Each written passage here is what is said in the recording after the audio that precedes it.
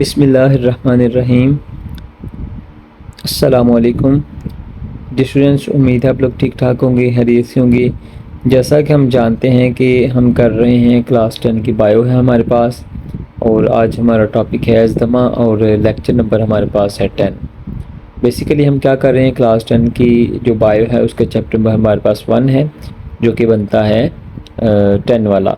तो हमने इसको स्टार्ट किया हुआ है, ऑलमोस्ट ये कंप्लीट होने वाला है इंशाल्लाह। उसके बाद हम नेक्स्ट लेक्चर टॉपिक की तरफ जाएंगे। चले हम इसको स्टार्ट करते हैं। अस्थमा क्या है? इसको उर्दू में सब आपको पता होगा, सुना होगा, दमा कहते हैं इसको उर्दू में, दमा।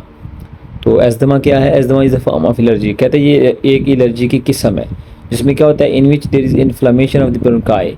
जिनके अंदर जो ब्रोंकाई होते हैं वो क्या कर जाते हैं, इन्फ्लेमेशन, उनके अंदर सोजश हो जाती है, जिसकी वजह से क्या होता है, मोर म्यूकस प्रोडक्शन। उसके अंदर जो है वो जो रेशा होता है जिसका बलगम वगैरह बोलते हैं, वो भी ज़्यादा प्रोडक्शन होती है उसकी। एंड नैरोइंग ऑफ एयरवेज, और जो हवा की बारीक बारीक नालियाँ होती हैं वो भी नैरो हो जाती हैं। तो ये पहला इसका समझने की इसका इंट्रोडक्शन है। ये इसकी मैंने आपको देखा नज़र आ रहा होगा कि मैंने इसको मार्क किया हुआ है, आप इसको कर सकते हैं।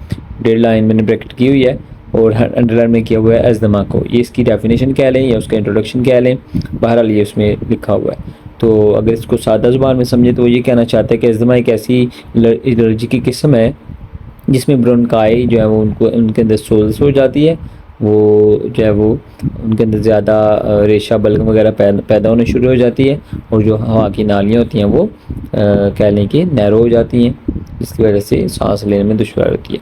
बहरहाल ये अब अगला जो हमारे पास हेडिंग है वो हमारे पास आ जाती है प्रोग्रेस ऑफ डिजीज़। आप ये लिख सकते हैं, मैंने भी लिखा हुआ, आप गौर से देखें आपको समझ आ जाएगी। तो प्रोग्रेस ऑफ डिजीज़ यहाँ पे आपको नज़र आ रहा है, प्रोग्रेस ऑफ डिजीज़। तो बहरहाल कहता है इन अस्थमा पेशेंट्स, जो अस्थमा पेशेंट्स होते हैं, the bronchi and bronchioles become sensitive to the different allergens. कहता है जब किसी कोई दमे का मरीज़ हो जाता है, पेशेंट हो जाता है अस्थमा का, फिर क्या होता है उसकी जो ब्रोंकाई हैं या ब्रोंक्यूल्स हैं वो मुख्तलिफ तरह के जो एलर्जेंस होते हैं, यानी कि एलर्जी काज करने वाले जो केमिकल्स होते हैं या जो फैक्टर्स हो सकते हैं, उनके लिहाज वो सेंसिटिव हो जाते हैं। मतलब इसका ये है कि जो ही फ़र्ज़ कर लें वो जो फैक्टर्स हैं या जो एलर्जेंस हैं वो हमारी बॉडी या जो पेशेंट उसकी बॉडी उसको फेस करती है तो फ़ौरन उसका रिएक्शन शो करती है, और जो है वो पता चलता है कि ये बीमारी उसको है। बहरहाल तो क्या होता है कि डस्ट, स्मोक, परफ्यूम्स, पोलन्स, ये कुछ फैक्टर्स हैं जो एलर्जी काज करने वाले हैं, ख़ासतौर पे अस्थमा पेशेंट्स के लिए। बहरहाल कहता है अब होता क्या है, ये ऐसे कैसे हो सकता है? कहता है when expose to any of such allergens. कहता है जो पेशेंट है अगर इन एलर्जेंस में से किसी को फेस कर ले, यानी कि इसका जो पेशेंट है उसका इनमें से किसी के सामना हो जाए, किसी मतलब डस्ट में चला गया है, स्मोक में चला गया है, या परफ्यूम के सामने चला गया, ये इस तरह उसने फेस कर लिया कुछ चीज़, फिर क्या होगा? The sensitive Airways show immediate and excessive response of construction. कहते हैं जो सेंसिटिव एयरवेज हैं, यानी कि जो बारीक बारीक हवा की जो नालियां हैं वो क्या करती हैं, बड़ी जल्दी और बड़ा ज़्यादा रिस्पांस शो करती हैं और कंस्ट्रिक्ट हो जाती हैं। ठीक है, यानी कि समझ लें कि वो सुकड़ जाती हैं।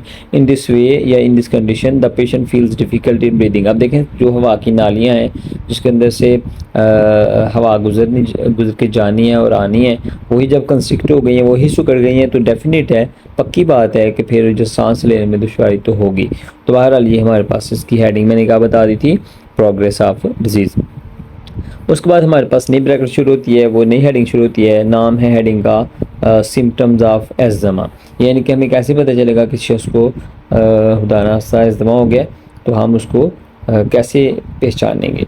तो यहाँ पे लिखा हुआ है symptoms of the asthma vary from person to person. कहते हैं ये है कि ये पर्सन टू पर्सन वेरी कर सकती हैं। द मेजर सिम्टम्स, अब उसने ये तो कह दिया कि vary from person to person, लेकिन उसके बाद उसने कह दिया कि जो मेजर हैं, जो ज़्यादातर पाई जा सकती हैं, वो यही हैं। क्या कहते हैं? The major symptoms include shortness of breath, जिनके सांस लेने में दुश्वारी होती है। आगे लिखा हुआ है स्पेशली विद एक्सर्शन और एट नाइट। इसका मतलब है कि जब ज़्यादा हार्ड वर्क किया जाए, कोई एक्सरसाइज वाला काम किया जाए या सख्त काम किया जाए, मुशक्क़त वाला, तो तब हो सकता है, या फिर रात को ये हो सकता है।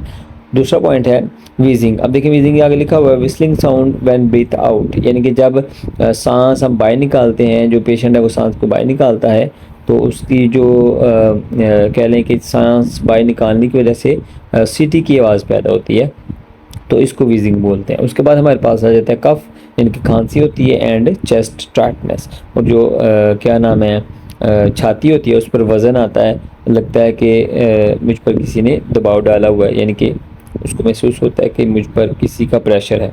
बहरहाल ये कुछ सिम्टम्स हैं। उसके बाद हमारे पास आ जाता है इसका ट्रीटमेंट। तो ट्रीटमेंट क्या है?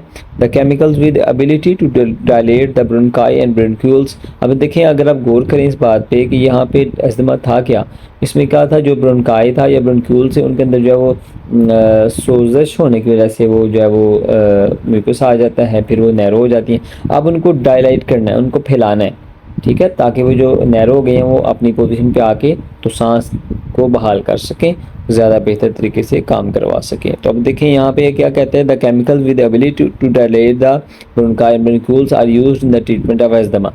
तो कहते हैं एस्थमा की जो ट्रीटमेंट है उसके अंदर क्या होता है कि ऐसी मेडिसिन या ऐसे केमिकल इस्तेमाल किए जाते हैं जिनके पास ये एबिलिटी होती है कि वो ब्रोंकाई या जो ब्रोंक्यूल्स हैं जो कंस्ट्रिक्ट हो गई हुई हैं उनको फैला सकें, उनको डायलेट कर सकें, ताकि वो जो पेशेंट है वो सांस लेने में उसको आसानी हो और वो बेहतर महसूस करे। Such medicine are given in the form of inhalers. तो ये भी आपने आमतौर पे देखा होगा, कुछ लोग होते हैं जो इनहेलर्स के ज़रिए भी कभी कभार उनको सांस लेना पड़ता है। बहरहाल ये कुछ इसका ट्रीटमेंट भी हमें बता दिया गया है।